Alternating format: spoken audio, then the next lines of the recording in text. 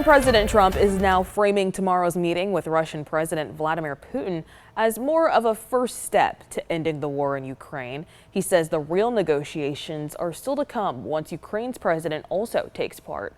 Torian Small has the latest from the White House.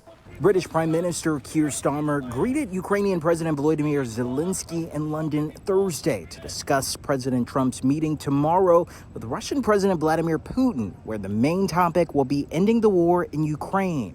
To achieve a peace, I think we all recognize that there'll have to be some conversation about security guarantees. There'll have to be some conversation about, territorial disputes and claims. President Trump tempered expectations Wednesday. It's going to be a very important meeting, but it's setting the table for the second meeting. The president said the sit-down is a chance to hear what Putin has to say, with the real negotiations still to come once Ukraine is involved. Now, there may be no second meeting, because if I feel that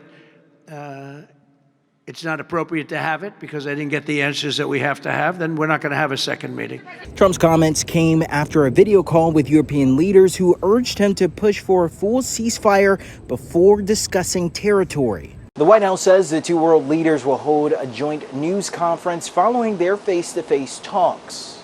Trump and Putin last met in Japan in 2019. This time they'll sit down at Joint Base Elmendorf-Richardson outside Anchorage, Alaska. It's difficult for Putin to travel abroad because of sanctions and war crimes allegations, so the Treasury Department issued him and his team a special license to land on U.S. soil. It expires after August 20th.